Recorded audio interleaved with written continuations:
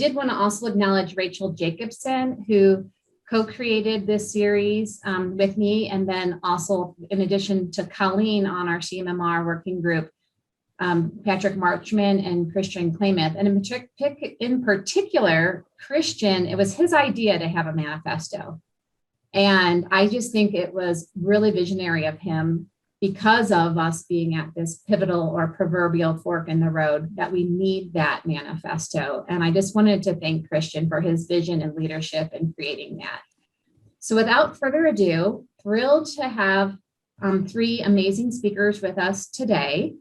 We are going to hear from Dr. Missy Stults, who is the Sustainability and Innovations Manager at the City of Ann Arbor.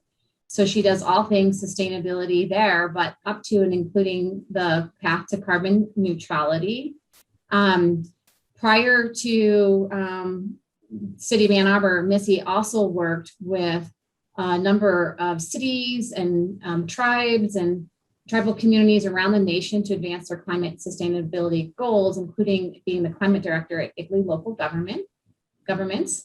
She has a PhD in urban resiliency from the University of Michigan and a master's in climate and society from Columbia, and undergraduate degrees in marine biology and environmental sciences, so from the University of New England. So really rounding it out with all of those degrees to look at the science and the people and the planning side of things.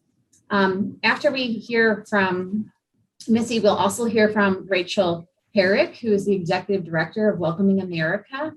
And if you don't know Welcoming America, they're a nonprofit that works globally to build communities where everyone, including immigrants, can thrive and belong. And Rachel is the granddaughter of Holocaust survivors, and that has really influenced her career and her work, where innovative solutions to pluralism, governance, and community building in an era of migration are really the inspiration for her work. And she has written extensively on this and published in USA Today, CNN, and numerous other media outlets across the country on these topics.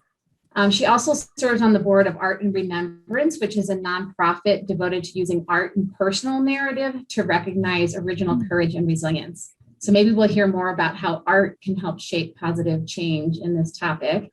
And Rachel holds a BA in International Studies from Johns Hopkins University and an MPA from the University of Maryland. And then last, joining us from across the Atlantic this evening in Germany is Sarah Rosengaertner. And she's a visiting researcher at the Zolberg Institute on Migration and Mobility at the New School in New York. And her interest and focus is on governance and major societal transformations, including migration and climate change. She serves on the Mayor's Migration as an advisor to the Mayor's Migration Council, the Africa Climate Mobility Initiative, Open Society Foundation's International Migration Initiative. So really very, very active in this space of international climate migration. Just a number of other areas that she's worked with, including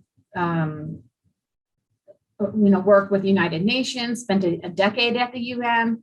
She served as an advisor to the Special Representative of the Secretary General. She helped develop the blueprint for the governance of international migration, known as the Sutherland Report, and she led the global program on mainstreaming migration into development planning for the UN Development Program. And she started her career at the UN Institute for Training and Research in New York City, helping educate diplomats on these topics. So thank you, Sarah, for joining us. And Sarah has her degrees in political science from the Free University in Berlin and Sciences Po Paris. So with that, I think we're going to hear from Dr. Missy Stults first, and then we'll hear from Rachel and Sarah, and then Rachel, my colleague Jacobson, will help facilitate our conversation. Thank you. Thanks, Judy. Thanks, Rachel. Thanks, panelists. And thanks all of you for joining the conversation today. I am really excited to be with you. I'm going to just kind of give a run of show, just share some fun pictures of Ann Arbor to kind of ground us in this place, and then we'll tell some stories. But before I do, I also want to honor the land that I sit on and acknowledge, that I'm coming to you today from the city of Ann Arbor, which occupies the ancestral, traditional, and contemporary lands of the Anishinaabe and Wyandot peoples. And in that, I want to acknowledge that this city stands, like almost all property in the United States, on lands that were obtained in pretty unconscionable ways from Indigenous people. And of course, acknowledging that is not enough, but understanding where we live, work, recreate, and study cannot change the past, but it certainly can help us have a really deep and thorough understanding of the consequences of that past and empower us in our work as we move forward to create a more just world with human flourishing, natural system flourishing, and justice for all individuals. And so that is at the center of some of the work that we do at the city, and it's part of our journey that we're going on. So I just wanted to kind of share that and ground myself in the conversation for today. So let me just share some pictures. And while I do that, if you're on camera, how many of you have been to Ann Arbor? No. How many of you are coming? Well, I'll ask you at the end based on this conversation. How many of you want to come at Ann Arbor? So Ann Arbor is a pretty fun place. I'm just going to share some pictures. Here's our downtown. It just happens to be closed now for healthy streets to get people outside. So our downtown is like flowing with people, and it's really fun and great. Some of you may have heard of Zingerman's Deli. It was voted the #1 deli in America, which makes all of my friends in New York City cringe, but it is fabulous. Super fun, really walkable, bikeable community. And because of that, we're pretty proud of some of the accolades that we get. We, once again, won the award as the most educated city in America. I will say educated doesn't necessarily mean smart, but we are a very educated community. We are a really walkable place. We are a happy place, people tell us. I don't know. But let me put a little prepositional phrase on this just for some. We are also in the 6th most segregated county in America. So I want to name that Ann Arbor is a really great place to live for many people, but it is also a really segregated place, and it's a place with a whole bunch of injustice. And that's really relevant to me, to all of the work that I do around sustainability and equity, and certainly around the conversation that we're having today. So I just want to name that and put that on the table for our conversation. So the thing that we face here, and I'll tell you about this through the story of some work we're kind of doing more broadly, is water. Like other parts of the country, I think most of us are dealing with water in one way or another. For us, it's too much. It's a deluge. Our stormwater system, I'll give you a little trivia in a minute, but of course, like many, was designed a very long time ago and is not capable of handling the amount of precipitation that's falling on our community. But, like different problem, having water, kind of like life. So a problem that we're working through and dealing with. And yeah, we're getting hot. Well, not really. We're getting warmer. Other parts of the country are certainly getting a lot hotter, but our poor squirrel friends are over here like overexhausted. Humans are sweating, right? Like our infrastructure wasn't really built to handle a lot of prolonged heat exposure. So you've talked about this, you've thought about this, we know this, but despite all of that, we still are a really accommodating place for a lot of folk. So I just want to share this as like context. All of this is on our website. I will send you links to this. We certainly have really, really great research institutions, partnerships through the University of Michigan and others, where we understand and have done a lot of research to really ground our work in historical changes, current context, and then of course, then future projections. So we're already at a 1 degree increase in annual temperature. For us, the big thing though here is a 44% increase in annual precipitation falling on the city every year, which is, that's a lot of precipitation, and a 37% increase in the amount that falls during extreme events over the last 30 years. That's a lot of rain. And to put that into context, if you have been to Michigan, you may know this place. This is our football stadium, the largest college football stadium, and it seats about 110,000 people. Our population is 120, so almost every person living in Ann Arbor can be in this stadium at one point. So this is a big stadium. And when we talk about a 44% increase in precipitation or a 30% increase in precipitation during extreme events, most people are like, okay, that sounds fascinating. So what we did is we took something that's pretty iconic and we said, well, how much precipitation do you think could fill this stadium? Like how many stadiums full of water fall in our city each year? So it became like this little cheeky exercise. And the answer is 117. There's a lot of Michigan stadiums. That's also 23 more than just 30 years ago. And our system, we don't redesign our pipes. We're not resizing our pipes. We're not laying more pipes. We're a built out city. The system can't handle this. So this is part of our discussion. And this is really, really visceral for my colleagues at the city. So I'm going to stop sharing. And if you have any other questions about Ann Arbor, I'll share more fun pictures. But this is really relevant because we experience the flooding that's happening, or the heat, and all the ramifications from the stormwater system or the wastewater system or our water treatment plant. And so this is like the most obvious way that we're experiencing climate impacts. So good news, our utilities are factoring projections of climate change into design standards, into the buildings that we're building. And that actually wasn't a really hard sell to get them to integrate projections in. So this is great, right? Like, we're feeling really good here. So we've got demand curves that are looking at future rainfall projections with increased precipitation falling. We're designing stormwater systems and green infrastructure as we're doing renovations and retrofits to handle that. And then the epiphany. People are going to move here. At least I think they will.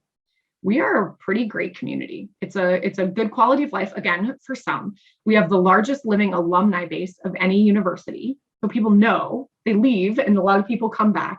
We have water. Maybe it falls in patterns that aren't the most conducive, but we're not talking about extensive drought. We're surrounded by the Great Lakes, largest source of fresh water in the world. I think we're going to see people come into the region. And you know what? None of our design work factors in population shifts. It factors in traditional shifts. And if you happen to know Southeastern Michigan, you might know about population decline. So we're designing our infrastructure to handle changes, physical changes in climate, but no demographic shifts and no population shifts. And so working with Rachel and others at ASAP, we started to explore, well, what would demographic shifts, or what could demographic shifts actually look like? And how would we design our infrastructure to be able to handle that? Physical infrastructure, social infrastructure, cultural infrastructure, you name it. How do we become a welcoming place? And that is part of the conversation that we're actively involved in.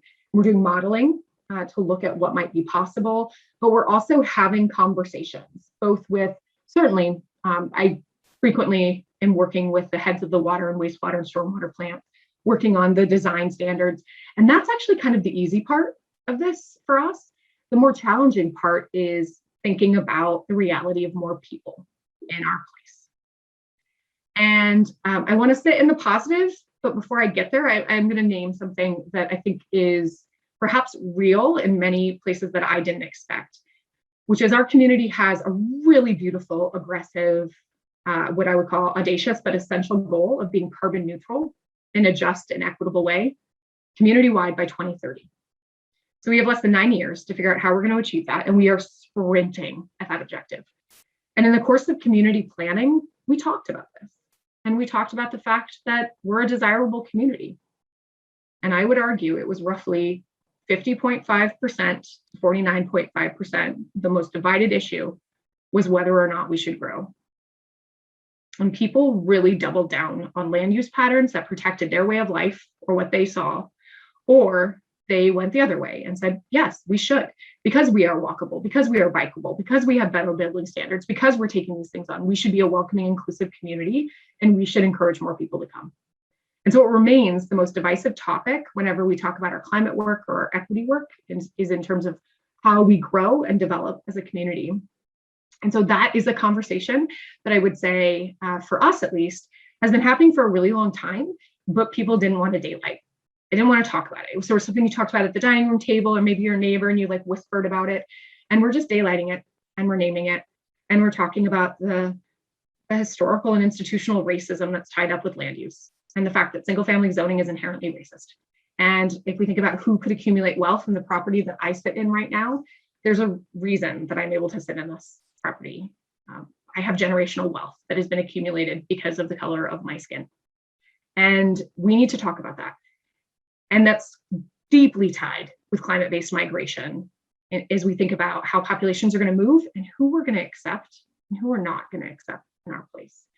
And so I recognize this as kind of a convoluted story, but I wanted to share the realities of what this work is like on the ground, having those conversations with people, asking a lot of why questions and helping people explore their uncomfort and their sometimes their welcomingness as well as their uncomfort in that space, kind of sitting at this juxtaposition where I want to be this person that grows our community and is a really welcoming place, but I'm struggling with a narrative that property rights or how we accumulate wealth in this country, and kind of working in that space. So we're going to keep moving forward. It's non-optional work. I do think that we're a region that's going to see migrants coming in, and the worst thing we could do is pretend that that's not true, and then have people come and not be prepared for them. So we're going to keep having these hard conversations, and we're going to keep putting design standards in place that allow us to factor in physical shifts in climate, but also demographic shifts in climate. So our infrastructure, culturally, socially, physically, et cetera, is prepared to receive folks, and not just receive folks, but make sure that this stays one of the best places in America to live, work, play, and recreate. So just wanted to share that. Thanks for the opportunity. I look forward to brainstorming with you on how we can actually do this effectively. Thanks. Thank you, Missy. That's really inspiring, setting the stage. And Rachel, interested in your background and perspectives to add to this discussion. Yes, and thank you for grounding us in just all of the complicated nature of the things that we're discussing here. If they were easy problems to solve, we wouldn't be here. These are complex human issues. And I think maybe the best way for me to delve into that is to share just my own personal story of migration, how I got to be in the place that I am, again, sitting on the ancestral lands of the Piscataway people, the Nacotchunk people. But my family came to this country by way of immigration, and the picture that you see behind me is actually an image of my family arriving at Ellis Island. And in that moment, when my grandparents had arrived as refugees, fleeing after the Holocaust, with my mother as a baby in their arms, the relative who sponsored them turned to my mother in that moment and said, "This will be your America." And when you think about it, that's a pretty radical idea, that your belonging in a place isn't conditional upon where you came from, or your race, or your religion, or your ability, or who you love, or how you pray. It's just a given because you are there. And so when I think about what the vision is, what the visionary framework is, it's really that idea. And of course, an idea that we haven't particularly well lived up to, but is enshrined in this vision that all people are created equal. And so I think for me, the grounding in this conversation is how do we really create that reality as we see more people on the move? Migration is something that has been a fact throughout the history of time, but as we see more and more people move because of a changing climate, because of conflict, because of opportunity, how can we create the conditions in that moment of demographic change to move closer to justice, to move closer to the set of things that are in that very powerful manifesto that you created together? And how do we really create a society in which we're each valued and each equal? And that's really been, in the most aspirational way, the charge of my organization, which is called Welcoming America. And just to share my screen for a moment here and some images.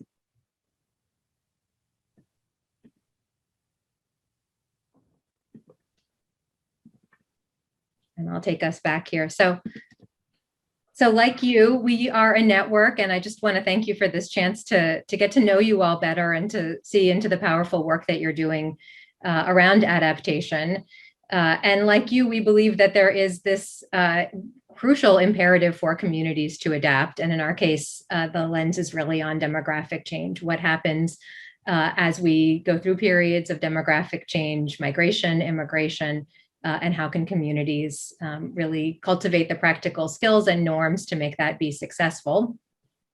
This is a glance at our members. We have about 240 of them across the United States, including Ann Arbor and Washtenaw County, and many members in Michigan who are wrestling through these questions together.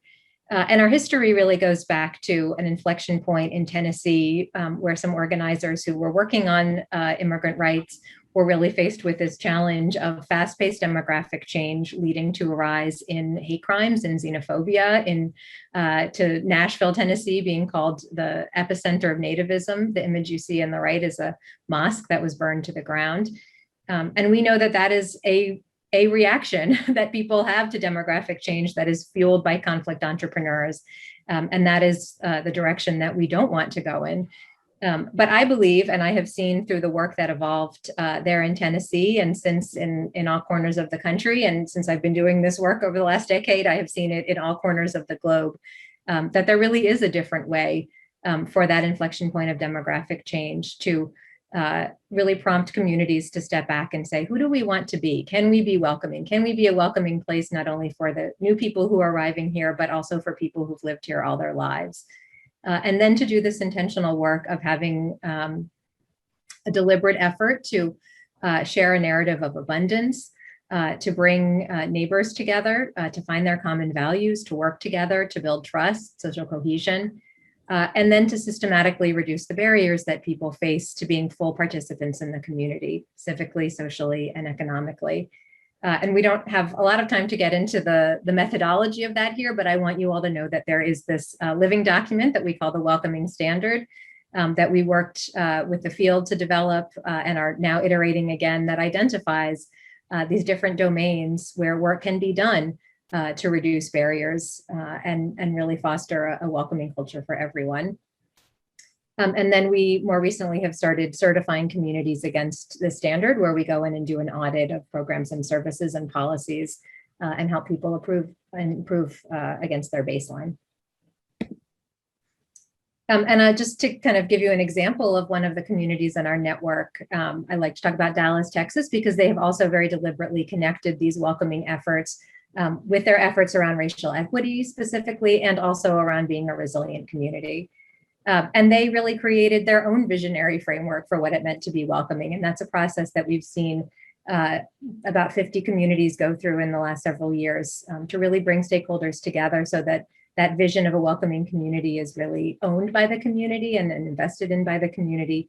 And that plan is a living document for the city of Dallas. They've gone on to enshrine it institutionally with a function within government who's responsible for holding government's piece of that work. And of course, there are many coalitions in the community that are also invested in that happening. And one thing I would love to see is more cross-fertilization, more work happening between folks who are working on resilience and our folks, because I think that intersection can be a really powerful one as we think about people alongside the other elements of infrastructure that need to be adapted.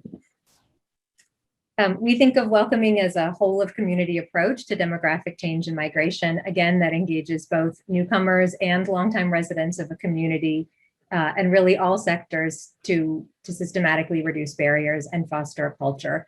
A lot of the work that we do is around shifting narratives, and happy to dig in more around that. But one thing that we have learned again and again is the power of local leaders to really affirm a narrative, again, of abundance and to move people through this change. What we're talking about is change management. There is a canon of business literature that's been written about the importance of culture, of communications, of leaders clearly communicating an affirmative vision of the future. And I can't stress enough how important that is as communities go through demographic change.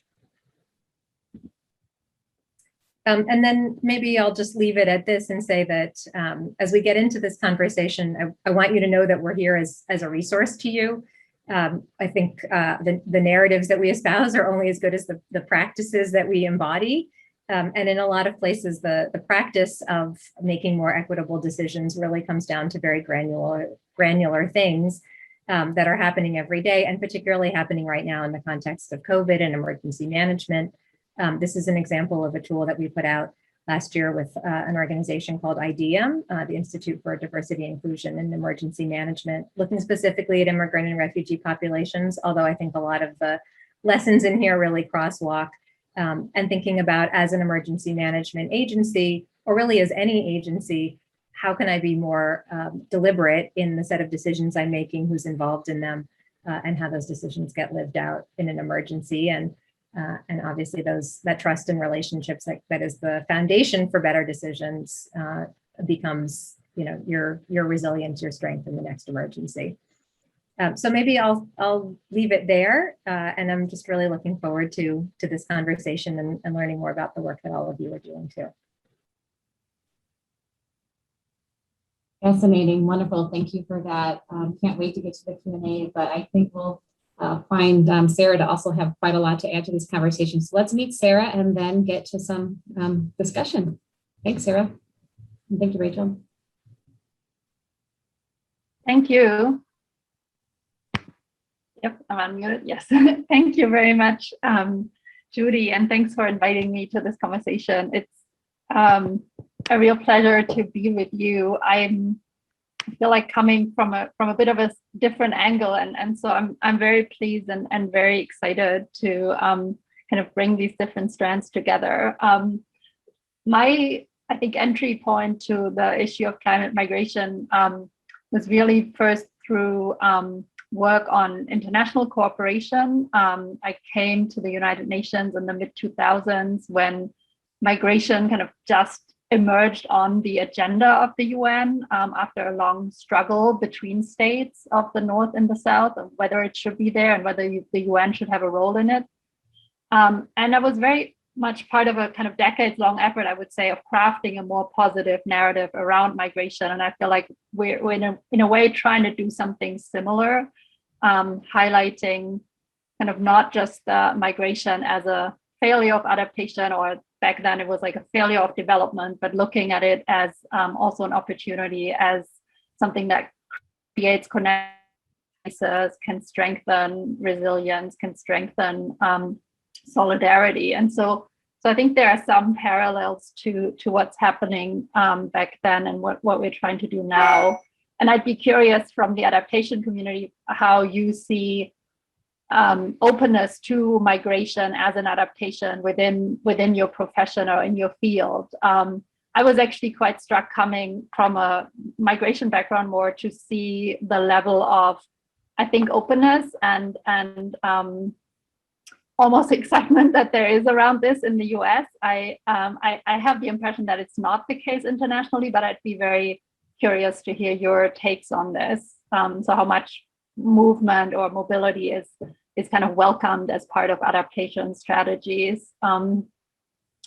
But I think what we ran into in the kind of migration and development, let's build a positive kind of cooperation that has win-wins for countries and also for migrants. I think we ran into the realities of the Syria crisis, and that changed the cards quite a bit in terms of the politics. Like I think we were kind of catapulted back into a much more realpolitik type of approach that governments took, where it was much more cooperation to assert your national interest, much more focus on border control, working with non-democratic third countries to keep people away from your borders. So a lot of emphasis on repression rather than openness. And at the same time, I think what was described as a crisis in Europe, what it yielded was, at least until then, I think on that continent, not seen level of civil society engagement. The number of actors, I think, that felt like they had a say in how migration should be governed and in determining the outcomes exploded. So business became much more engaged, local authorities became much more engaged. And so I think that was kind of the opportunity that came from that crisis when we look at migration policy making.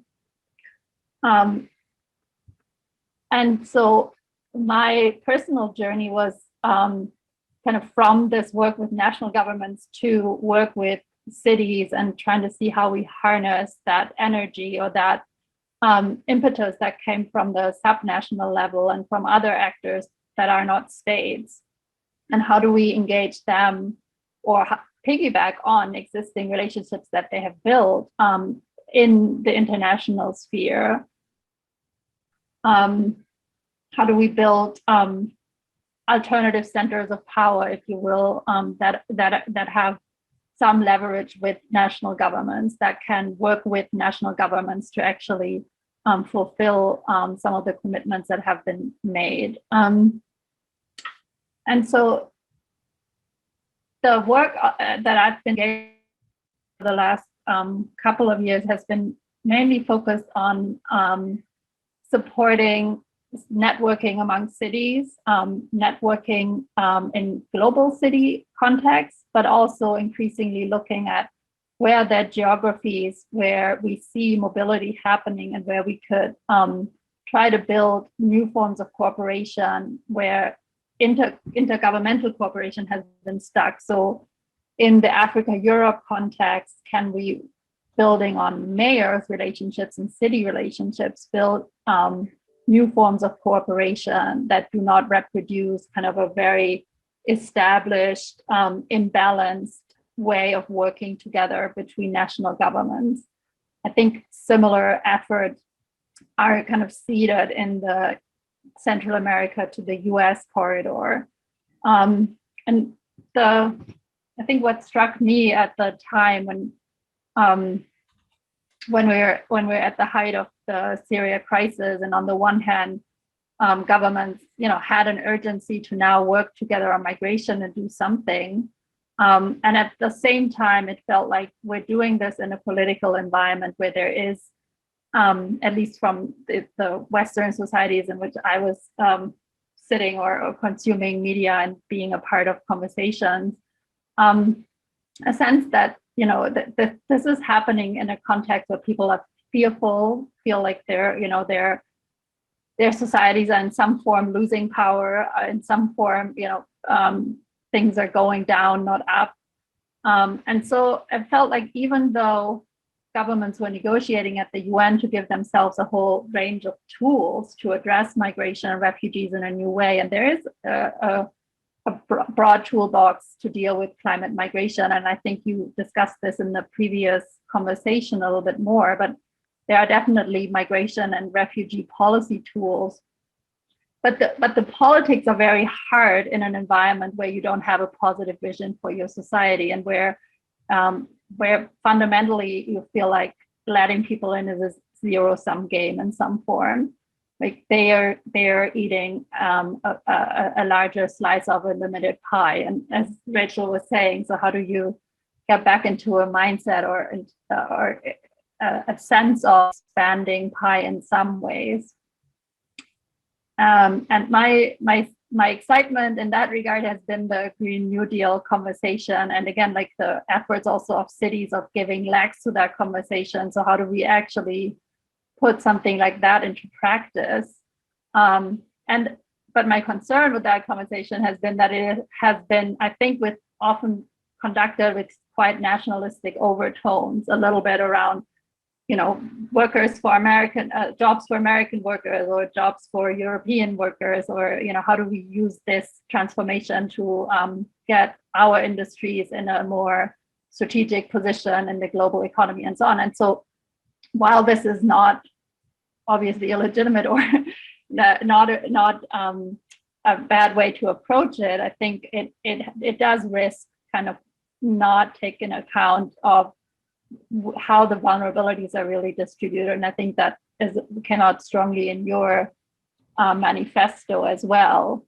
So I think for me the really interesting kind of intersection between like the adaptation field and the migration field or international migration field is really like, on the one hand, I think the adaptation field has the potential to offer as a frame, a kind of, that positive vision or that positive frame around, how do we build a new society around the commons? How do we restructure and transform our economy? And at the same time, I think what the international migration perspective maybe can bring is that we need to really examine the scales at which we do this, and the scales at which we kind of construct adaptation blueprints, if you will, right? Like, so what we're trying to do in Africa with this initiative that I'm involved with is trying to see if we can look at some of these dynamics of climate and migration at scales that are not the existing political boundaries, but looking at it more in terms of geographic spaces, and very much with the intention to create a narrative or an analysis that looks at the collective action challenges that arise. So if you're looking at pastoral areas, they're not owned by anybody per se, right? But several actors have to come together to look at how do we address this issue in pastoral areas? How do we address this issue in coastal areas? And so I think that looking at migration from Central America to the US as part of a regional adaptation challenge changes the conversation from a zero sum, how do we keep people back home, versus like you have not a zero-sum conversation, but potentially a kind of joint resilience challenge conversation, which I think has positive, like there's a potential for a joint positive vision rather than potential for an immediate antagonistic kind of you win, I lose conversation. Sorry, there's a I feel like I've covered a lot of ground in maybe not a super structured way, but I'll leave you maybe with that thought around like how do we basically build new forms of cooperation around these geographies that we share and where we don't necessarily right now have the institutions that correspond to those geographic scales, but where we really need to build potentially new forms of cooperation, eventually maybe new institutions to address some of these interconnections and interlinkages and get to a kind of ability to govern at the level at which these interdependencies really exist. That's super interesting, almost like our work in watershed scale on ecosystems or job shed scale on economic systems. Can we be thinking about migration at these different scales to break down some of those intergovernmental barriers? So great question. I see that we've had a number of items come up in the chat. So I'm going to turn it to Rachel to help navigate us through some of these questions and get a conversation going. Thank you, Sarah. Great. Thank you so much, Judy. And thank you, Missy and Rachel and Sarah, for your really inspiring remarks. A lot of really wonderful intersections between things that you spoke about. And there's a lot of tension there too, right? And I just want to name some of the things I heard. We're talking about just how do we bring about just and equitable growth, and the idea that that's not going to be easy, but of course, really appreciative of these positive facing narratives that you've brought to us, abundance, and the opportunity to break down boundaries and the opportunity to reframe what growth means and to break people's perceptions around that through really positive conversations and inclusive conversations. So I want to open it up on this theme of sort of boundaries and building off of what you just shared, Sarah, this idea of coalitions between cities, breaking down maybe like traditional forms of intergovernmental cooperation. What role, and this is for all the panelists, what role do you see that coalitions between cities themselves might have in bringing about more just and equitable growth in receiving regions?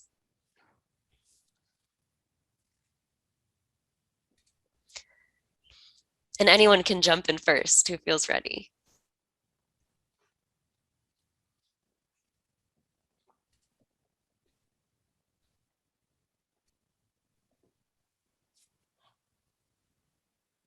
Sarah, I wasn't sure if you wanted to take this one. I was following your cue. Yeah, no, yeah. Go ahead.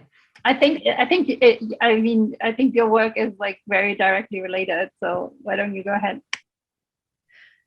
Well, I mean, I think there's a lot of reasons to think about the power of networks. And obviously, ASAP is a network, and you see how networks can be powerful vehicles for seeding ideas and bringing solutions from the bottom up. And I think, on these issues, that is a lot of the kind of thinking that we need, and a lot of the kind of thinking that is already being maybe not resolved, but creatively being creatively solved for in communities.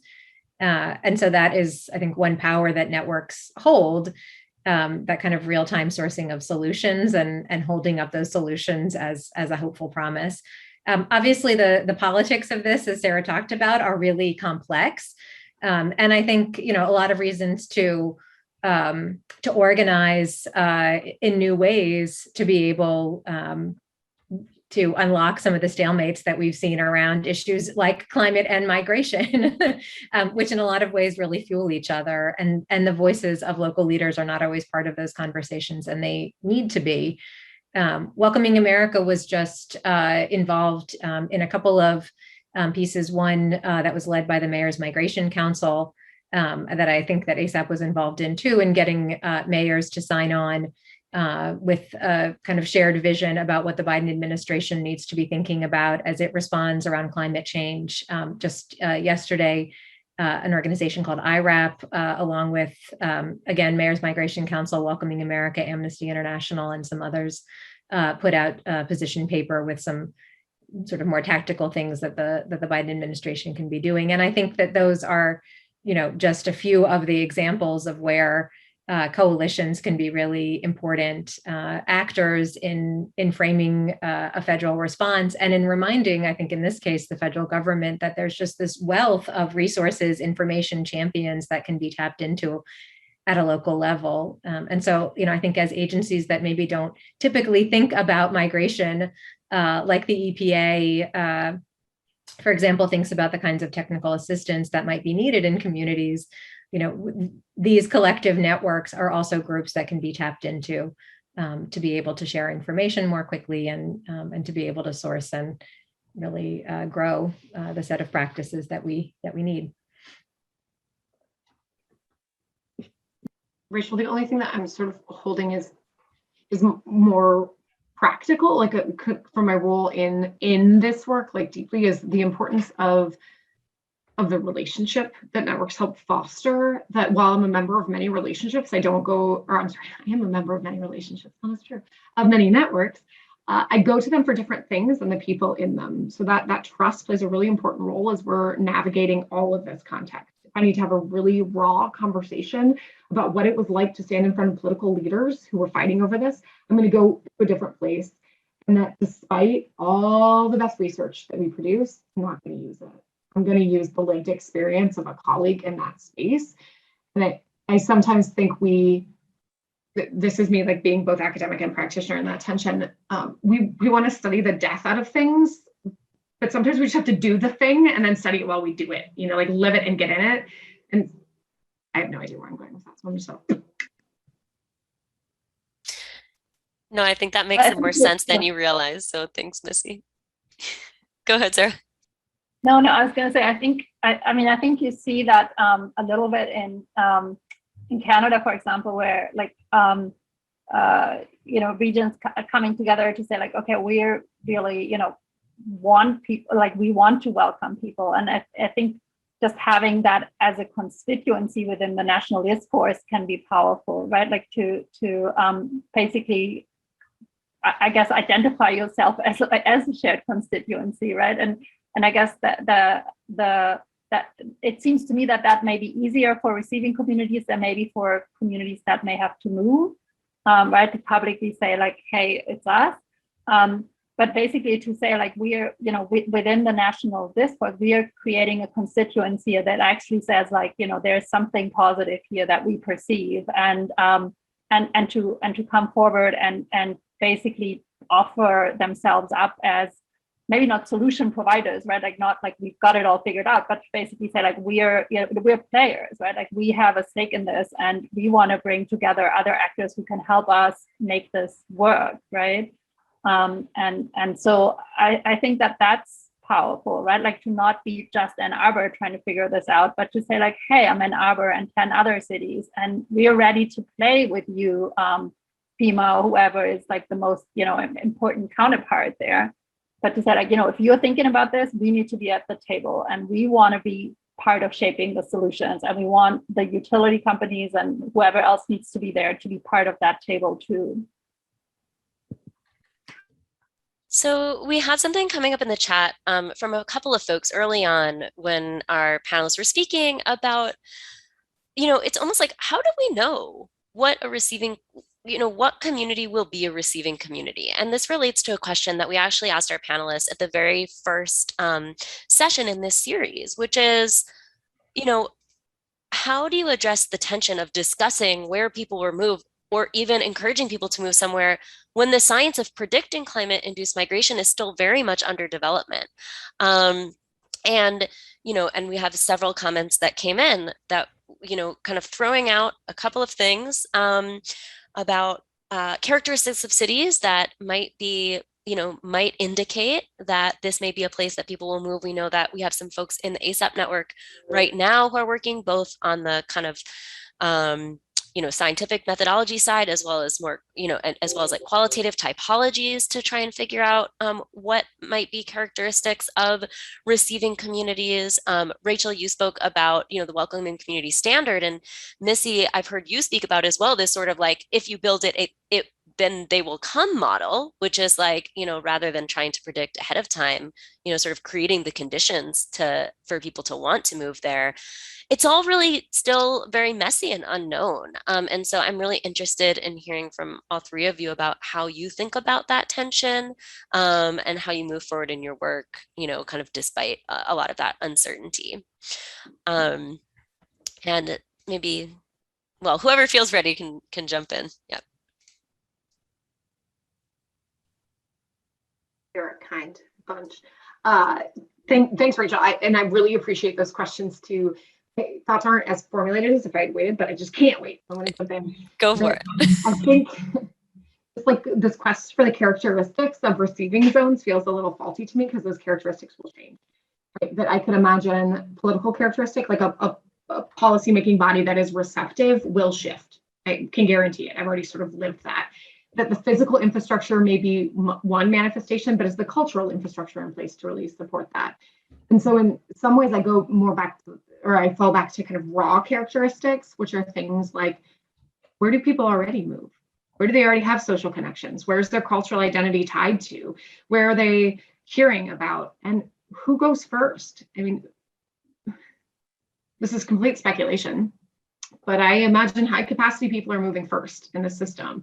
And we're leaving a whole lot of people behind in the migration that don't have the financial ability, the connections, whatever it may necessitate in order to transition. So who are we talking about is coming is another question that I sort of struggle with. And so the reason I want to be proactive is very, very candidly, I don't want to encourage wealthy white people to continue moving to Ann Arbor. It is time for us to have a much more diverse base. And if we're going to do that, we have to plan ahead. And we've got to make our community enticing and welcoming for everybody. I think that's a super important point. And my sense is that a lot of it is maybe really also creating those bridges, right? I mean, I think a lot of it is not necessarily like manageable, but where you have an anchorage in the origin community and it's not. So I think there's this one is like just putting your sign up and saying like, we're open for business, right? Like we're a welcoming city and Rachel's helping cities to become. But as Missy said, I think that will often attract people who have the means and who will be maybe those who need less assistance. And so to make that happen, I think it probably requires more connection between places of origin and destination. There was a beautiful example, and if I find it, I'll put it in the chat, of this kind of solidarity scheme where I think Black communities kind of had a land, like the receiving community was offering land to an origin community, but they had like this, there was a connection already. And I think this, like thinking through what networks can facilitate that kind of move, whether it's diaspora, but within a country diaspora kind of networks, right? Social ties. So I think it's hard to think of it as just kind of like acting in isolation without thinking about where these people come from.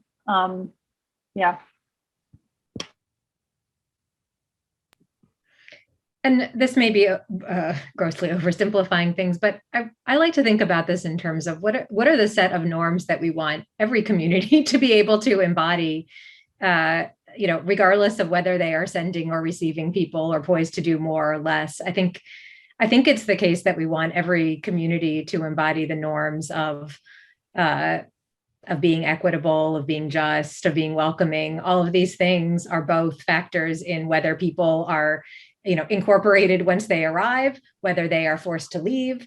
And I think, we would be in a much different place if those set of things held true in communities of all different kinds, including I saw in the chat, there was a question about rural communities, and we do work with a lot of rural communities. And I think a challenge is that everybody needs to be able to see themselves as the kind of place that would embody these values, and needs to organize people in the community who already believe in this set of values and want others to too. And the imperative is going to be really different for different places. Some places, this is about talent attraction and retention. In some places, it's about civic participation. Every community has its different feeling about its orientation to growth. But I think it should be uncontestable and widely held as a view that there are some things that we won't tolerate as a society. And I think inequality and othering racism are a big part of what we need to shed in this moment, wherever we are. Thank you so much. I'm going to hand it over to Colleen in just a second, but before I do, I would just love to hear from each panelist one more time. We have built this session as visionary frameworks for a positive future, and I think that all three of you have absolutely delivered on that, given us so much to think about, and also given us a lot of ideas that are really hopeful and positive. And I would love to end just with maybe one sentence from each of you on what is giving you hope right now. I'm going to complicate this just a tiny bit, bring forward some ideas from the chat that didn't get included. So if you feel inspired to mention any of them, you can. One is about that abundance mindset. How do we make it feel like for receiving communities that it's not a burden, but rather it's something that they can do to welcome more people.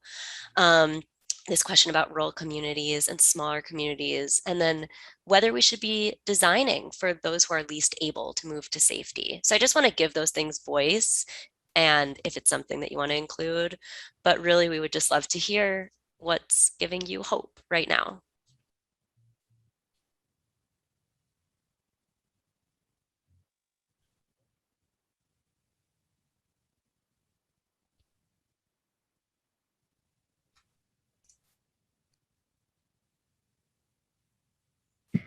Well, I'll say, first of all, conversations like these. So thank you again for hosting this, and just so great to be a part of it. I guess because of the work that I get to do every day, which is about communities doing things that are affirmative and positive, even in really challenged circumstances, I find a lot of hope in just, people who wouldn't consider themselves heroes in any way, who are making a better set of decisions that I think give rise to all of the things that we've been talking about. And together with young people really in this moment, who I think are able, because of their age and because of the world they're coming into, to maybe transcend some of these zero-sum narratives, or at least be more sensitive to when they're getting played. That gives me a lot of hope every day. I don't think mine is so much hope, because I think I hold hope at my core, but it's more hardening. And what I take when I need hardening to do the work is the realization that I'm of the first generation that fully understands the impacts of climate change, and also the last generation to do anything about them in a meaningful way. And so that leaves me two choices: to be complicit in where we're headed, which frankly I am not, or to disrupt the status quo. And so that hardens me in this space, and it gives me that little bit of hope and that little bit of fire that I may not have created the situation, but it doesn't matter. Thanks. For me, it's a lot of, sounds a bit cheesy, but I feel like it's just kind of also like the idea that things could be really much more beautiful. Like, I remember sitting in this presentation and I was like, I'm new to urban planning and all that, and somebody nature-based solutions in cities, and I was like, wow, our cities could be amazing. It just struck me and this is just like the built environment, right? Like, I think the same applies, as others have said, like when because I was at OSF for a while, and you just meet so many people that are doing amazing work, right?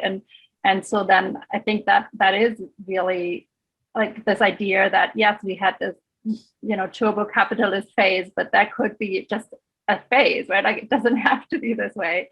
And we could actually be heading for, an economy that's more focused on care and more focused on, having less and sharing more. And it sounds like super utopian, but it's not so out of reach, right? And the pandemic has wiggled some things out of place. And So maybe like what we would expect to have come after the financial crisis just needed like way longer, and maybe metabolizing the pandemic is going to take longer. And the challenge is what Missy said, like, the climate crisis is not giving us these long time frames, but I do think that there is some of that slowly but surely the pieces are starting to be more wobbly. Thanks, Sarah. And thank you so much to each of you, Rachel, Missy, and Sarah, for being here. And I'm going to turn it over to Colleen to close us out and to promo the next series that the group will be doing. Yeah, amazing. Thank you so much to our speakers for joining us and leaving us with a little bit of hope and optimism on this topic. And also thank you to Judy and Rachel, obviously, for helping organize the series. Next series is, next meeting in September, canceled, take a break. Don't come here. But for the series after, all of our speakers and obviously all of you are invited to come, and we're going to continue these conversations talking about capacity building and how we can incorporate some of these ideas of justice and hope and positivity into our work and into the future. And with that, we're 3 minutes over, but we'll see you guys soon. Thank you. All right.